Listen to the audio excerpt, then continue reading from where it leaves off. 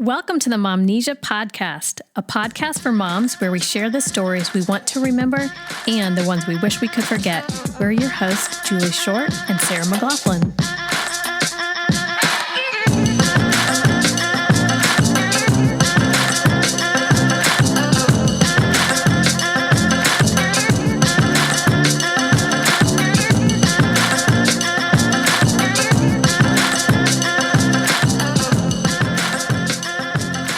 Welcome back, Julie. Girl, it's been too long. It's time. It is time for some Momnesia. Season 2. Season 2, here we go. Yeah, you doing okay today? I'm doing well. Good. I'm really excited to be back in the studio with you. I am too. I've missed our weekly chats. I know. This is just like so familiar. When I saw you, it was like, this is where I'm meant to be. It's like we never left. Okay, so I do have a real idea of how we can kind of catch up. Okay. We got to catch up. And once in a while, when I haven't seen a friend or family member even, I'll be like, okay, we're going to sit down and we're going to kind of get a few topics and we're going to be like, boom, here's the topic, go. You first. And then we kind of go like through a them. deep dive on... A deep dive. Okay. Yeah. So All right, I'm going to tell you the topics I'm thinking. Health. Because that's going to be a big one. Check. Coming out of season 1 and our lives. Family. Yep. Career. True dat. And the last one, just kind of like, what's your jam? What are you into lately? Okay. Watching, reading, listening to? I can do that. So why don't you start us off? We'll just dive right in because that's what we do. Tell me about your health. We go real deep, real fast, don't we? Yeah, we do. It is true. We don't like to kind of have the fluffy stuff. That's what Momnesia is about.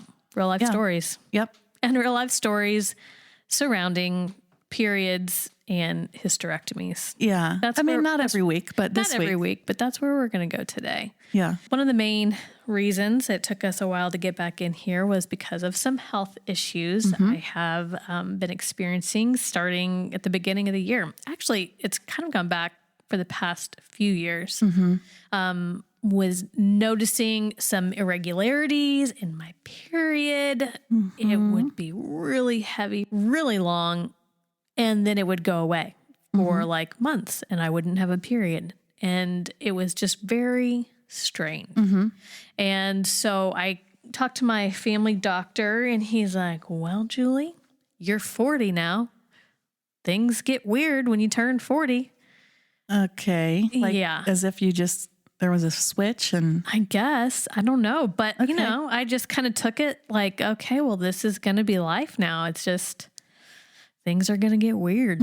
So, continued on like that for a few years and it kind of came to a head in February. I started my period after not having it since the October before. Okay. And it just never stopped. And it was getting worse and worse and worse. Wow. For months. For months. Yeah. And I was kind of hemorrhaging blood for the month of February. And I finally was like, okay, things may be weird, but I can't live like this. Right. 40, do the math, carry the one. That's a long time to maybe be like this. Yes. So I decided to see an OBGYN and crowdsourced that on Facebook. Who should I go see? Right. Got to go to recommendation and ended up seeing a doctor in Muncie and she was great. She was like, you know what? From the sound of it, it sounds like you probably have a fibroid. That's really common. Women your age tend to have them. A lot of people will have them and not even know they have them. But when you start to experience these type of symptoms, it's time to take a closer look. So, got an ultrasound. I've got this fibroid. She said, you can, just try to manage the symptoms. You could get on birth control and try and decrease the bleeding that way. Or you could just have hysterectomy. You're not having kids anymore. Do you want to just have a hysterectomy? And I was like, I don't know if I want to have surgery. Right. So let's go ahead and try that. I do have a quick side note. Yeah. So when we started this appointment, she was like, okay, what type of birth control are you using? And I sat there and I was like, oh my gosh, oh my gosh, we aren't using birth control. Oh my gosh. What am I doing? I'm like, I don't know. I guess we aren't using birth control. And she's just kind of looking at me like, okay. It just is dawning on you? Yeah. And I was like, oh no, Colin had a vasectomy many years ago. Okay. I just forgot about it. Okay. I felt like an idiot. And she definitely looked at me like I was an idiot. But I still decided to let her cut into me. Exactly. So decided to get on birth control to see if that could help control the bleeding. Mm-hmm. And it did bring it down for a little bit, but it started back up and then it was like 10 times worse. And so it was, I was bleeding so much that I like was out of breath all the time. Yeah. Like I couldn't walk from my car to my office without like having to stop multiple times. Yeah. And I was like keeping a camping mat in my office because I would have to take naps like once every 2 or 3 hours. Constantly changing clothes. Exactly. I mean, it was major. It was really awful. So yeah, I would bring like 2 or 3 pairs of clothes with me. I did find out about these always underwear things that are like the pads that you get when you're done at the hospital after giving birth. Right. I would go through like a pack of that every 2 or 3 days. It was insane. Yeah. So I called the doctor. I'm like, this bleeding is getting worse. And she's like, okay, well, let's put you on a second pill. So I was taking 1 pill in the morning, 1 pill at night. Mm-hmm. And girl, my hormones were crazy. Oh, that must have been fun for you and your family. Oh, yeah. They loved it. Let me tell you.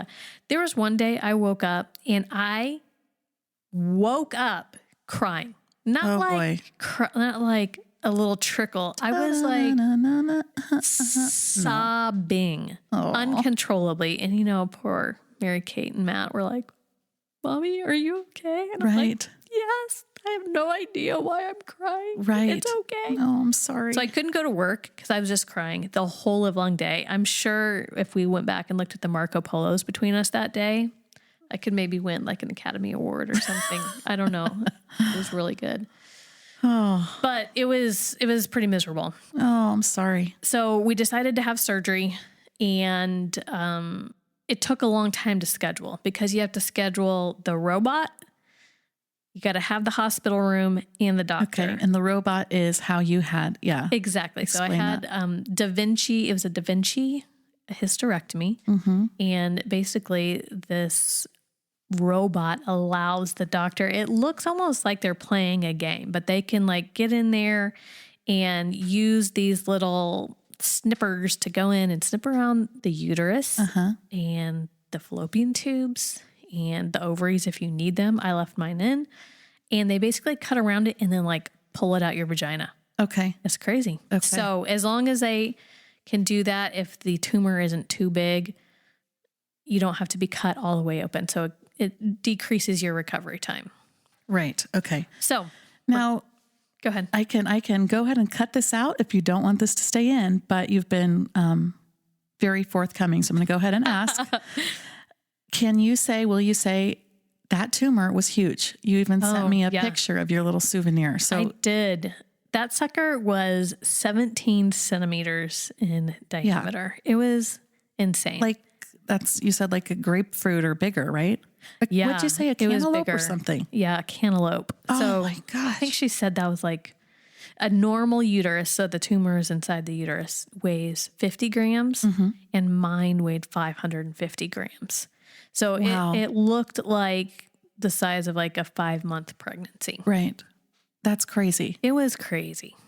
So here's the thing that I can tell you what I've learned about this situation is that a lot of times people keep their medical life private, which is totally understandable that people would want to do that.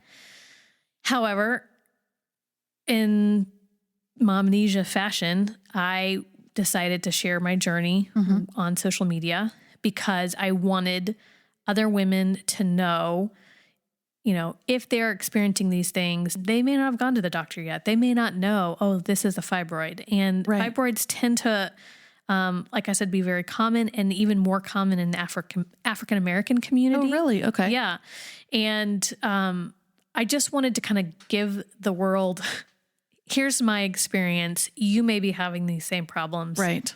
Go to your doctor. Yeah. Or things can get better. And so there were a few benefits of sharing my story online.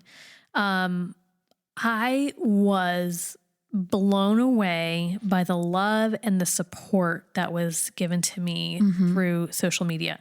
So, obviously my friends and family and my faith community, they are always supportive of me, and I'm very grateful for that. So, starting a meal train and helping with my children and keeping them going to all the places, doing all the things. But what I didn't expect, or what I was surprised to find, was, our Momnesia community. They were amazing by sending messages through Facebook. And one of our listeners, Shannon, she is a minister in the state of Ohio. Okay. But she was going to be in town on Easter Sunday, and it was the first time she hadn't been preaching in a really long time. She said, hey, I would love to get your family Easter baskets so you don't have to worry about that. Gosh, and she showed up the day before Easter and had these 4 gorgeous Easter baskets. She had stalked our Facebook pages to find things that we love, candy that we love, gift cards that we love. It was one of the most amazing things that is so I've ever cool. I remember that. experienced. That's awesome. So thank you, Shannon. The other experience was, I'm a part of a group of women called Life with Coach, and it is a bunch of coaches' wives that share similar experiences. It can be tough being married to a coach or an athletic director, which I used to be. And these women's well, you're still married to him. He's just still not married. that. Yeah, he's just not an athletic He's still living, anymore. kicking the whole bit. Thank you for clarifying that. They sent letters in the mail, cards. Yeah. I mean, who do you get cards from other than your mom or your grandma for your birthday? And so that was such a joy to receive those cards from them. And then also just random Facebook people that sent me gift cards to Grubhub or to, different places so that our family wouldn't have to worry about meals all the time. And that's awesome. I'm so glad. I was totally blown away, and it made me feel so loved, so supportive. So thank you to everybody who is willing to do that. Also, I do want to say my work was amazing as well. Allstate, my boss gave me the flexibility I needed to take care of myself, to get to doctor's appointments, to take naps on my floor on a camping mat. Right. So, and just my coworkers were willing to, take on an extra load that normally I would have carried. And so just so grateful for them. I'm so glad and thankful for that. And I'm thankful that, tell us now, you're doing so much better. It's been night and day. Night and day. I feel so much better. Even today, I'll just catch these little moments where I'm like, oh my gosh, I don't have a period anymore. Right. Because when I'm traveling for work, thinking I had to bring an entire box of tampons with me for a few days and multiple outfits just in case. Just not having to worry about that anymore is so, it's such a relief. And I'm just so thankful. And I feel so much better. I feel like all my energy is back. I'm really grateful that I did the surgery and that it went well and I had a good recovery. But I did do exactly what the doctor said. I wasn't allowed to leave my house for the first 2 weeks. And I wasn't supposed to get out of the bed or get off my couch. And I wasn't supposed to do any laundry or dishes. And I didn't do those things, which is hard for me. I am an Enneagram 8. I have lots of energy. I don't like being vulnerable or weak, and to allow others to take care of me was mentally hard. Emotionally hard. Emotionally hard as well. And so, but I was really committed to making sure that I healed properly, and it was a great experience. So I'm feeling awesome. Yeah. I commend you for being willing to talk about it. And I'm just so grateful that you felt loved and supported. And just to say, like, it's crazy. Once in a while, I'll be with a group of girlfriends and I'll get home and Jeff will be like, how was it? What'd you guys talk about? Let me guess, periods and sex and stuff. And I'll be like, yeah, actually, we talk about that because, and if you're a man, like, thanks for hanging with us in this. It's hard. I mean, you're not going to get it exactly because you never had one, but I was thinking about this. I have 4 daughters and, you know, these things we're going to have to talk about being a woman and all the stuff.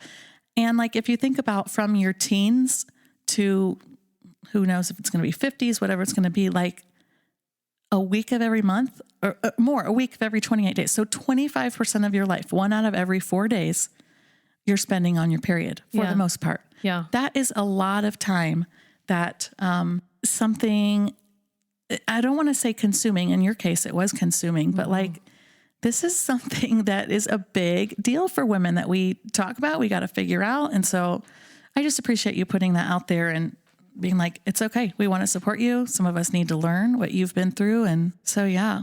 Well, thanks. Thanks for listening. Yeah. What about you? Tell me a little bit about your health. What's going on in your life? Health is good. I don't have a lot to say on this particular topic, but I've told you just a little bit, like I started this new health and wellness plan. And what I kind of like to say is I felt myself, particularly after the twins were born, they just turned 4. Happy birthday. Happy birthday, Jane and Wells. So many times where I'm just like, nothing feels back to whatever normal would be. Yes. But then I'll be like, okay, let's stop looking back. Let's just find out what the new normal is. Well, I'll just constantly find myself in this, let's try this thing.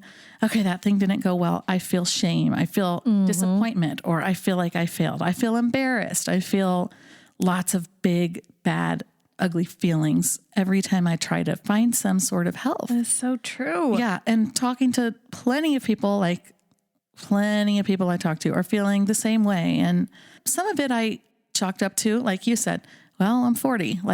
Okay, guess I'm just going to fall apart here. That metabolism is low, low. But even if that physical part is going to change differently in my 40s, I kind of just felt like I need to do what I call the holy work of some internal peace on this. Like, I do not want to spend however many more years I have being consumed with this. Yes. And definitely not the shame of it or the discouragement or passing it on to my daughters and all that stuff. So, and it does feel that way. It feels consuming. It does. Yeah. This is only my 4th week into this, but I have Erica as my coach. And so the first thing I did was I was praying. I was just like, I need something to show up where I'm not doing this on my own, because I need someone to help me retrain how I'm talking to myself. Yeah.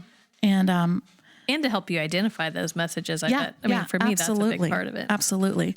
So I found someone who I met her through her mom, who's my small group leader at our church, and just started feeling like, okay, well, she's big into chiropractic, and I've learned about oils through her and tapping and all kinds of like, ooh, I love the tap. Naturopathic, homeopathic remedies. And I've really learned a lot about food and sustainable living through the family.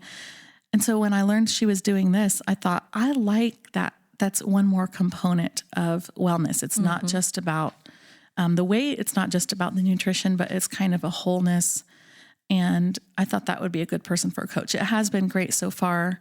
We have what you call scale victories, and thankfully the scale is moving, but we have non-scale victories too. And I've seen that my kids really aren't as resistant to the healthy things I'm putting in front of them. Like I was making so they're concessions. doing it too? Well, not totally, but like if I make something that's a lean protein and lots of vegetables and I don't put any rice or potatoes, or I have some sort of salad and I don't put a quesadilla with it or something, they have not flinched. They've been like, we like this. And I've been shocked. I think I've been making concessions. And again, there's some guilt in there like, well, they should at least enjoy. Like if I can't enjoy, and that's not a good message. Like the message should, I don't know, stop shitting on yourself. But we are these creatures with like amazing bodies and able bodies, thankfully. And we're going to put good stuff in it. And that's okay. And let's try new things. And, you know, they've pretty much rolled with it. So I've been the hardest, pickiest one, I guess, all this time. Yeah. So yeah, that's kind of the journey I'm on. And I feel empowered just that I'm trying this good thing to be loving to my body, to myself. I can't wait to hear more about that. Yeah. Yeah. I brought you one of my little snacks that I prepared for this evening. You can tell me what you think. Okay. Honestly. And I know you'll be honest. I don't have a problem with that. Right. So what about family? Like getting back into the school groove and all that stuff. Oh man. Topic 2. Yes. Topic 2, family. We are definitely going through a big change right now. As I mentioned in our last segment, I am no longer the athletic director's wife. Right. Colin was feeling pretty miserable over the past year in his current role as an athletic director.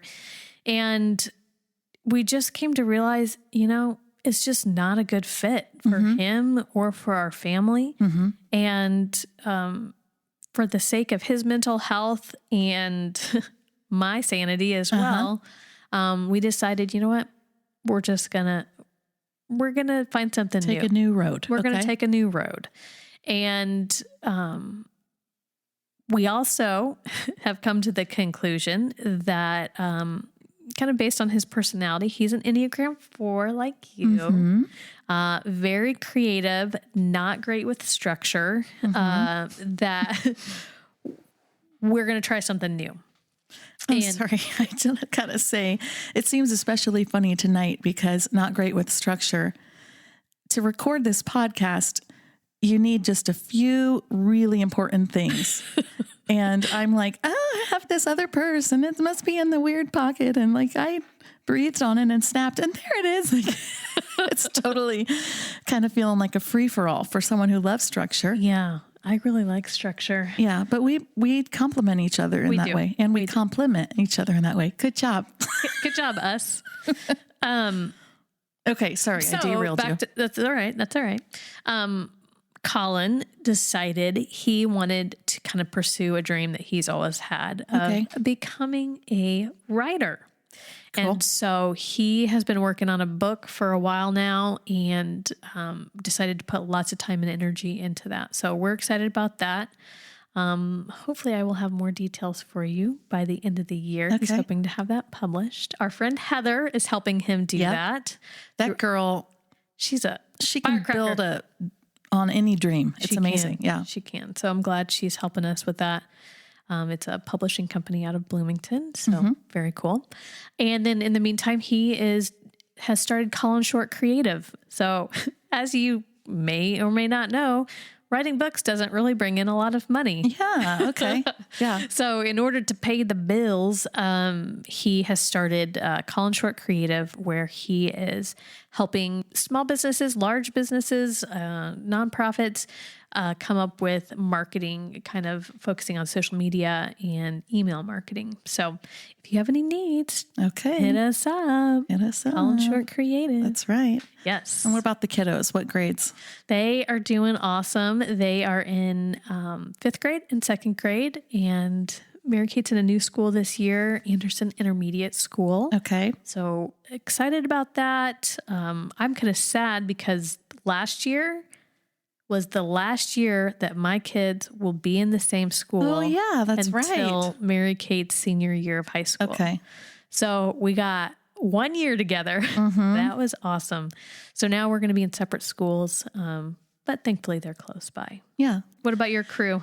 Everybody's good. Noblesville started relatively early. We're on a semi-balanced calendar. And so the kids, the older 3 are in Noblesville schools. Youngest 2 are on the Fisher school schedule. And my husband teaches in Westfield schools. So, 3 different school districts. Yeah. Awesome.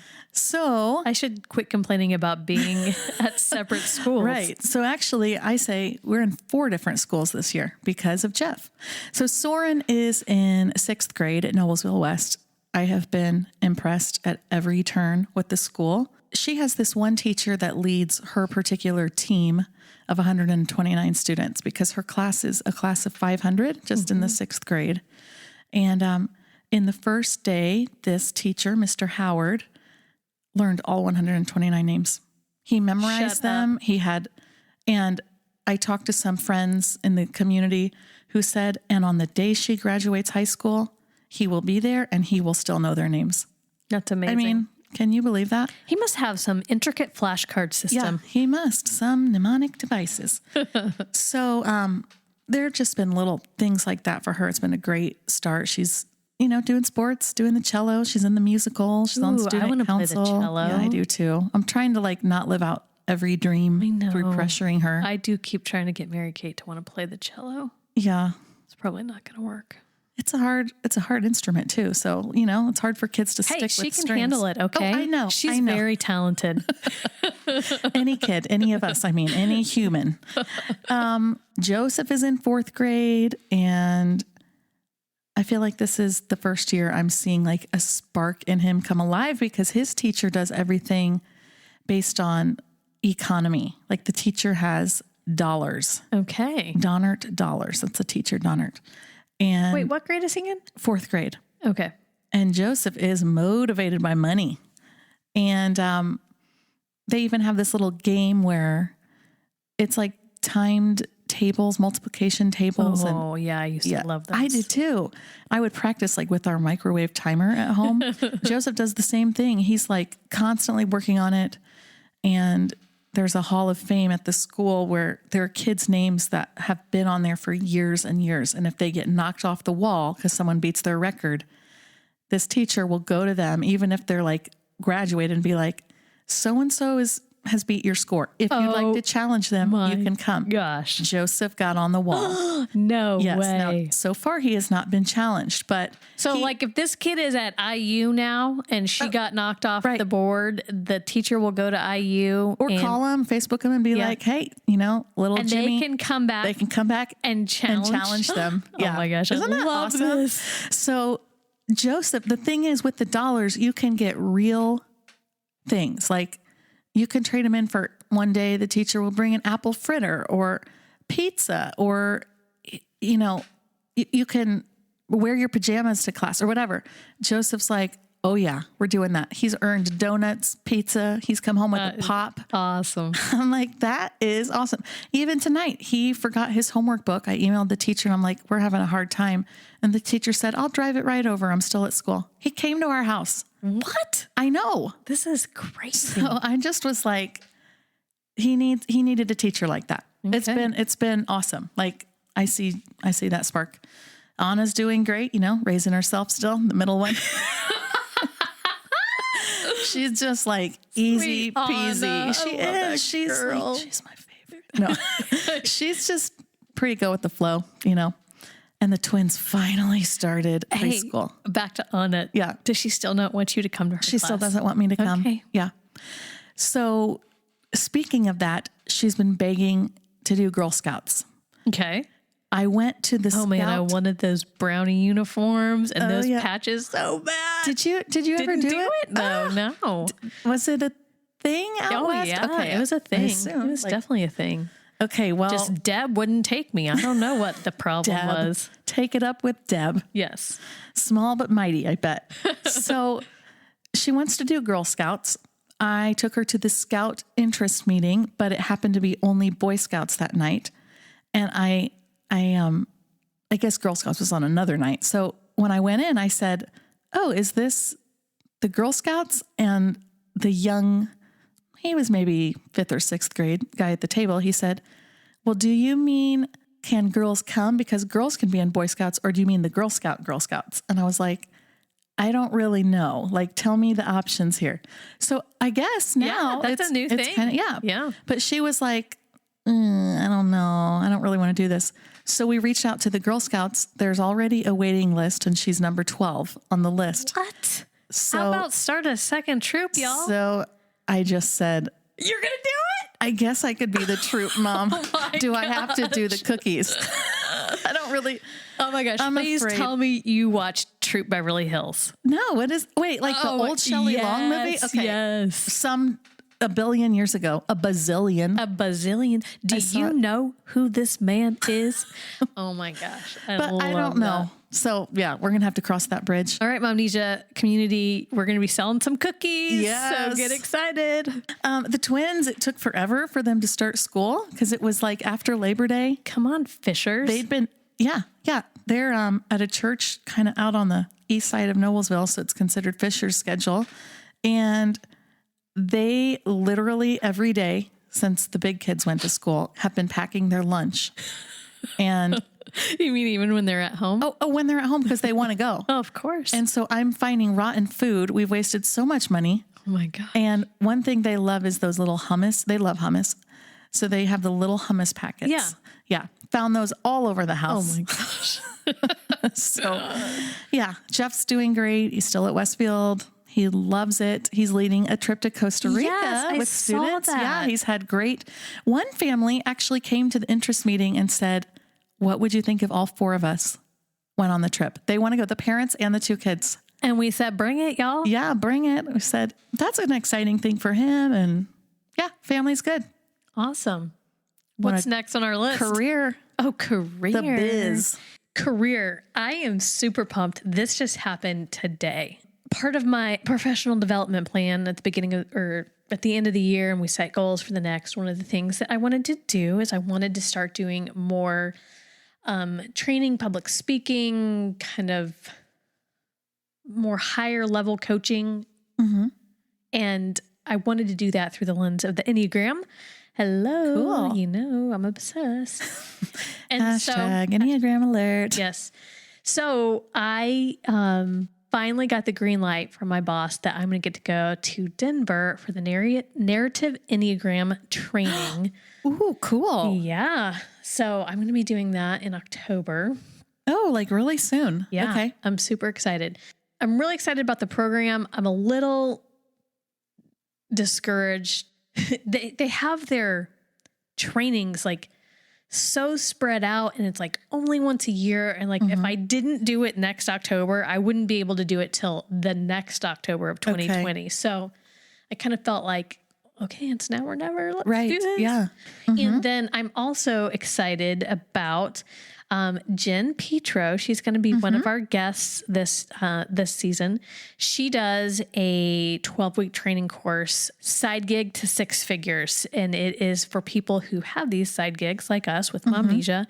And it's a variety of different side gigs that really want to help build out the brand, do that type of stuff. And so I'm going to take her 12-week course. And then I'm also excited. I scheduled a free 30-minute life coach appointment with Rachel Pritz. That's someone that Jen introduced me to. Okay. And she does Enneagram coaching. And so I kind of want to experience what that's like through someone who does it full time as their, you know. Yeah.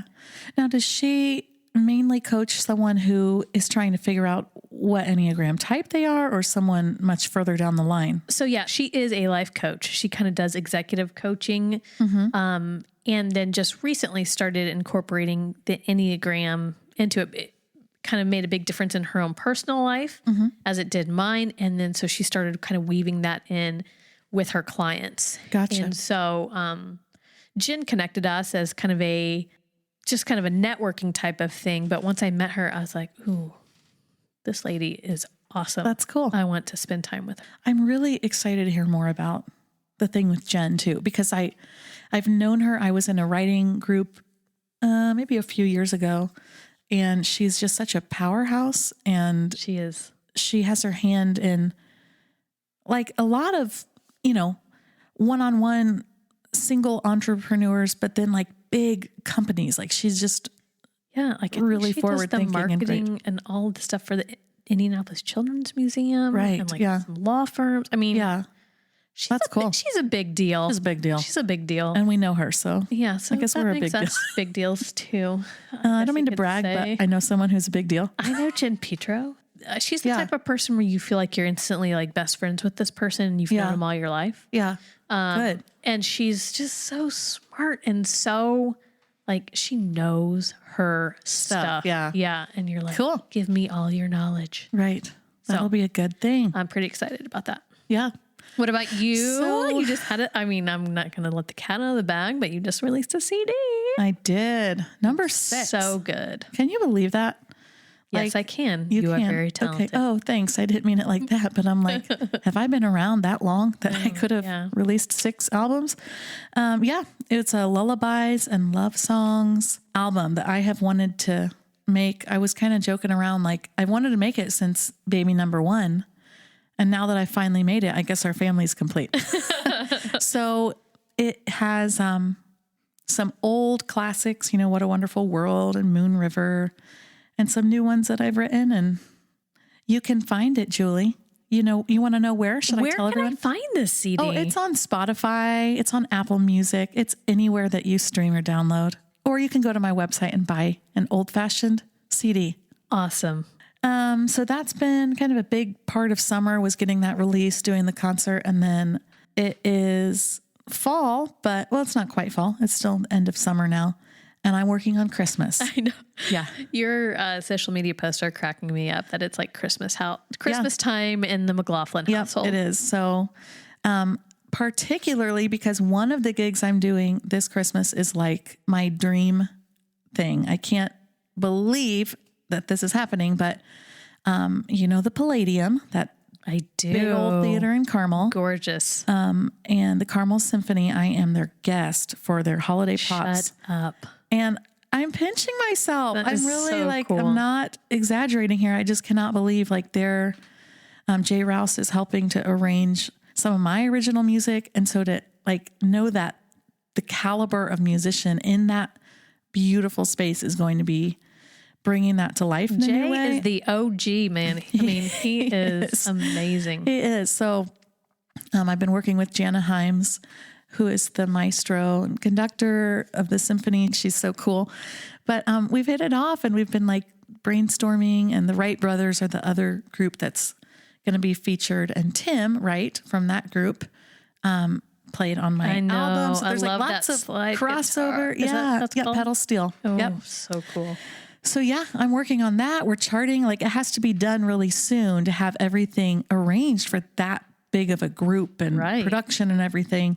And then I'm doing 6 shows at Christmas with Josh Kaufman, the winner of The Voice. Oh, yeah. And so we're collaborating for 6 Christmas shows in Indianapolis.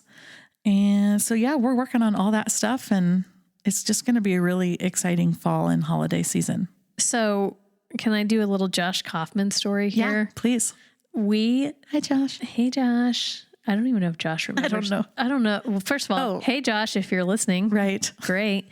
Or if he would even remember this. But he was a part of New Wave Singers, which was the traveling Church of God Florida State Youth Choir. Okay. And this was also after he had been in Star Search. Yep, I've seen the videos. And so he and our friend Brian Lingle stayed at our house. And I thought I was the coolest because some kid who was on Star Search stayed at our house. See, you knew someone who was a big deal. Exactly. So exciting. And then met back up with him in college. That was fun. Yeah. He was at AU for a while, and we'd always go listen to him at the Chatterbox. Yeah. Oh my gosh. Good times. Good times. I know. Where can I find a choir like that where my kids can be in it and someone can think, wow, they're a big deal. They're Indianapolis Children's Choir, right? Speaking of them, that's where I was today. Did I tell you that? I was down.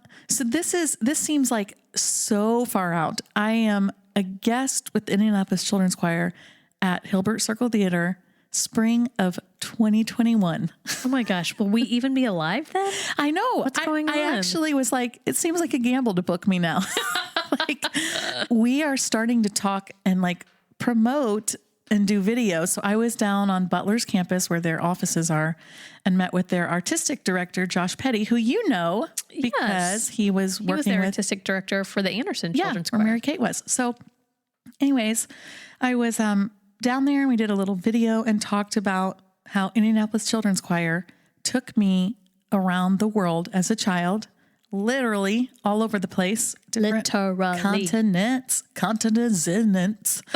and, you know, really connected me not just to music or the skill of music, but like artistry and community and exploration and new languages and different people and different faith backgrounds. And so it just was such a rich experience. So yes, that choir is amazing. Funny that you brought that up. Okay. So that's all our career stuff. And okay, wait, but go back. Like, you're already selling tickets for some of those Christmas things, right? Yes.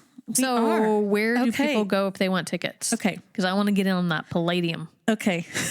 Palladium. I want to get down there in that Palladium concert hoedown. And then I'm going to get some Basbo's pizza. Right. That's right. Right down there next to Muldoon's. Mm-hmm. Okay. So if you go to my website, which is sarahtunes.com, sarahtunes.com, then all this stuff is linked. Oh, okay. So the Jazz Kitchen, there's December 6th through 8th. There's 2 shows each night. And then the Palladium is December 14th. And on their site or my site, you can link. There's 2 concerts, actually. And I believe Santa and Mrs. Claus are going to be there. What? Yeah, because either that or they thought that was a picture of me and that's what they're using.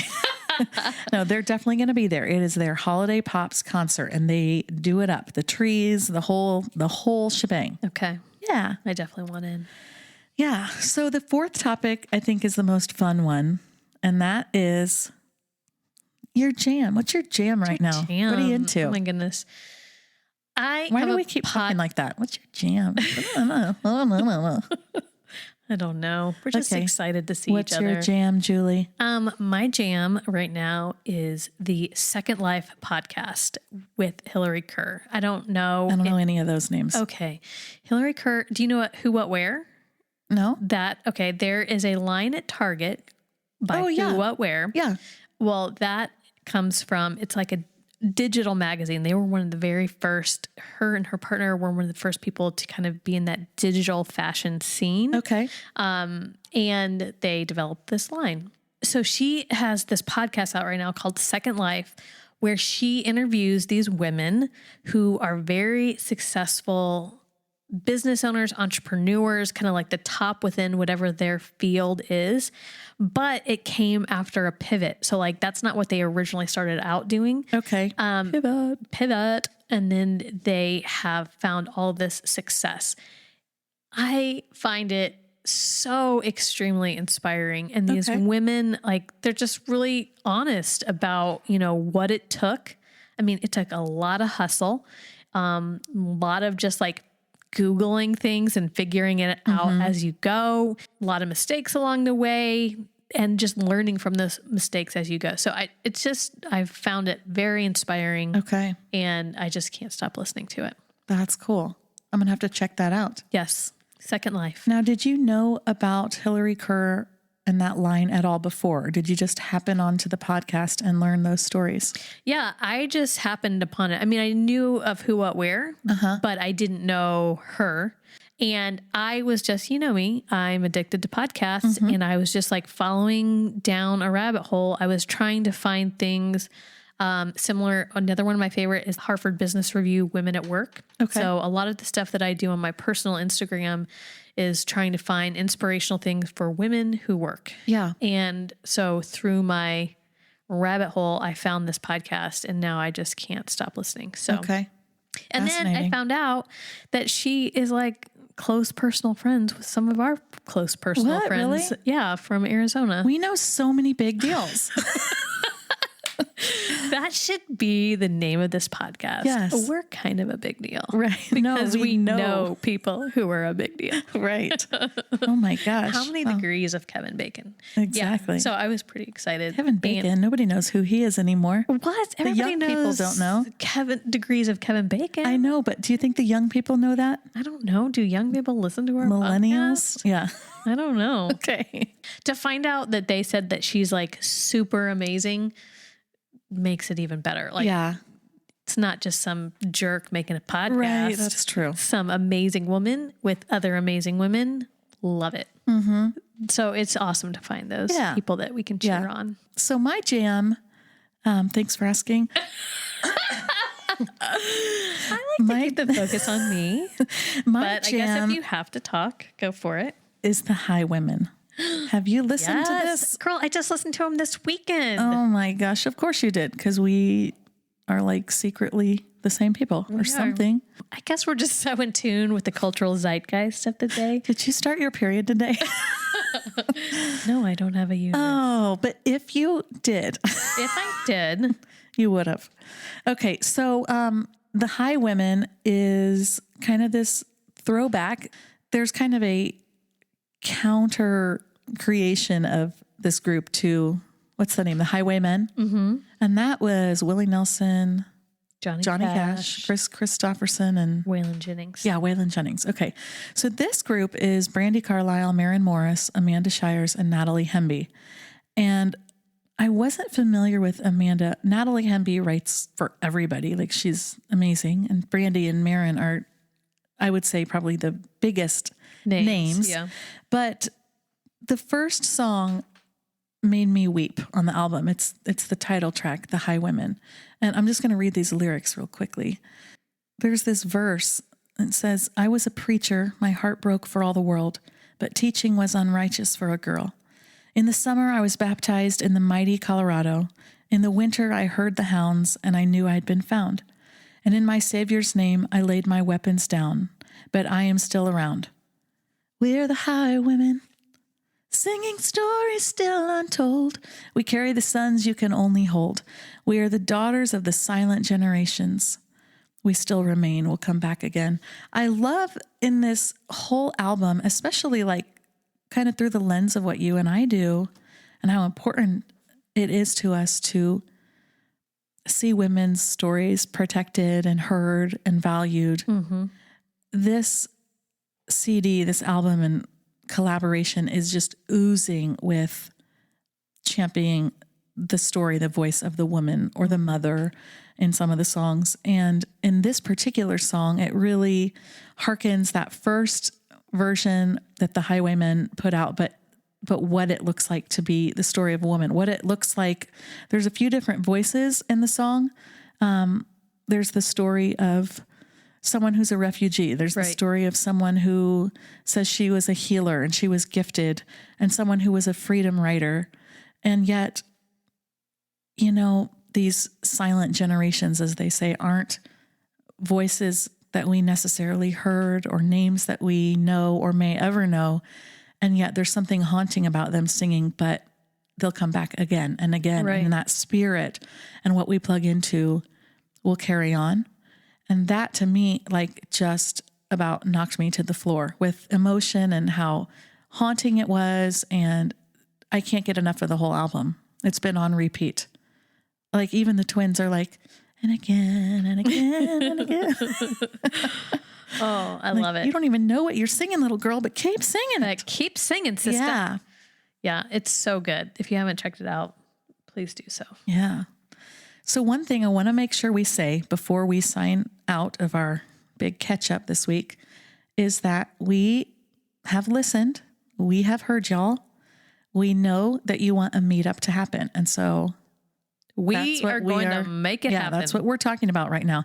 Where's it going to be? When's it going to be? Because it's the next thing on our agenda here to make sure that it happens. Yes. And to be honest, it is quite flattering that you would want to hang out with us and to meet other members of the Momnesia community. I mean, that's what this is all about for us, is just creating a safe space for people to share their story. And so many of you want to meet other like-minded women who are willing to be vulnerable, to share their story, and not keep it kind of at that surface level. I think that there's like this deep, deep longing for personal connection. Yeah. And we are happy to do what we can to create that space for those connections to happen. Yeah. And it never ceases to amaze me how many men I hear from Yes. that are listening. So really all people. Yep. It's true. Yeah. So it'll be cool to get to do that. So stay tuned and we'll keep you posted on it. And dads, we do have something coming for you. Yes. We are going to do a dad week in this second season. So I'm really excited about Dad Me Week too. because every single person we've started talking to, I'm like, oh my gosh, I can't wait till they hear this person's story or their little angle at what they talk about, what they write about. So it's going to be good.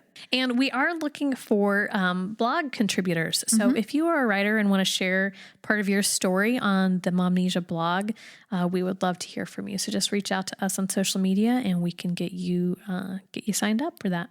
Well, as we wrap up today, we just want to give a big heartfelt thanks for all of you for sticking with us over this long hiatus. We heard from you guys over that time, and it just meant the world to us. For those of you who are like, okay, when is Momnesia coming back? We're listening to you. We're listening to your reviews. We absolutely love it when you guys give us a 5-star rating and leave a comment. That helps new people find us. Like that's so important in the old podcast algorithm. We want to share one that was written right at the end of last season. So good, from Earth Mama 716. Love this podcast. Real talk from real moms. Love the stories and realizing we are all so much more similar than different. Adding this to my regular listening rotation. Thank you, Earth Mama. Thanks, girly. We appreciate it. All right. Well, thanks for hanging out with us today, and we will catch you soon. Bye.